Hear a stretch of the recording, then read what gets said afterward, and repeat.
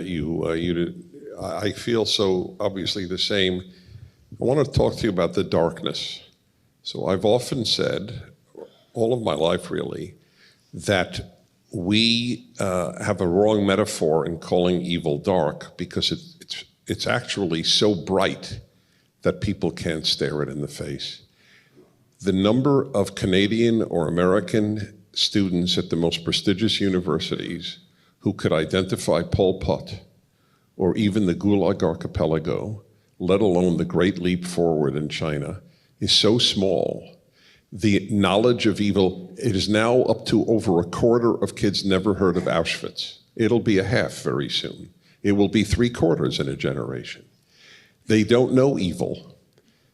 At Berkeley, I had a dialogue with 2 leftist students. My last question to them was, do you believe people are basically good? And they said yes. And I said, it's so demonstrably wrong, that belief, that there's only one possible explanation for why you hold it, because you live in such a good country. Yeah, well, that's the goodness of naivety, right? And it's something that's encouraged.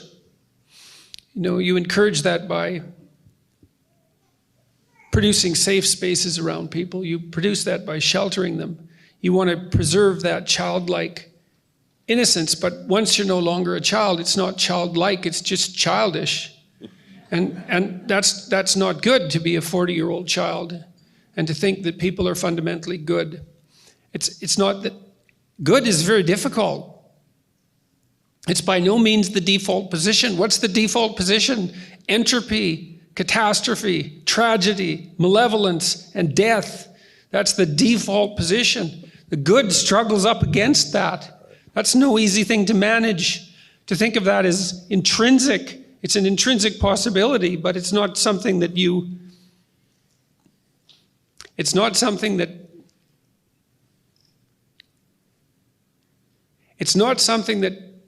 can manifest without faith and commitment. And the more faith and the more commitment, the better, and the deeper, the better. And it's the most difficult of things to do. And it's appalling to teach people the alternative. And I know that I can speak of this clinically. You know, the people who are most prone to post-traumatic stress disorder are naive people. And this is well known clinically. There's nothing about this that's questionable or unorthodox.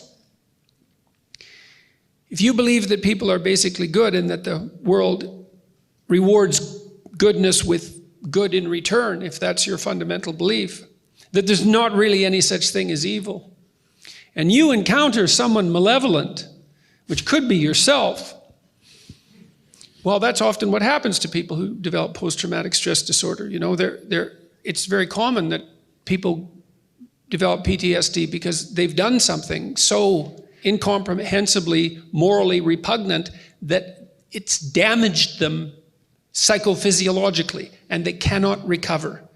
It's very common among soldiers. It's not what they saw, although sometimes it is. It's what they did. They have no framework within which to conceptualize it. If you have no theory of evil, if you have no theory of good and evil, if you have no metaphysics, and someone malevolent touches you, you're done. And so telling people that human beings are basically good and that evil doesn't exist makes them ripe fruit for the picking by the malevolent. And there's nothing about that that's positive. It's mere cowardice masquerading as virtue. It's the devouring mother from the Freudian perspective. I'll keep you innocent. I'll keep you young and naive, and nothing will ever come to harm you. It's like precisely the opposite is the case in life.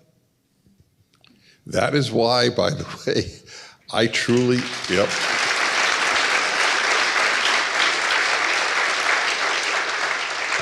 That is why I truly believe that a 12-year-old at a traditional Christian or Jewish school is wiser and more likely to be happy than a secular professor of philosophy who was 50 years old, just because I knew I went again to yeshiva, so half the day in Hebrew Jewish studies, half the day in English secular studies. I knew at 6 people were not basically good, because God said so in Genesis when he decided to destroy the world because it turned out rotten. So I knew at the earliest possible age people were not basically good, and it not only affected my Weltanschauung, my worldview, it made me happy, because then I realized, wow, I'm meeting good people. Despite the fact that people are not basically good, I really do have good people in my life. Am I lucky or what?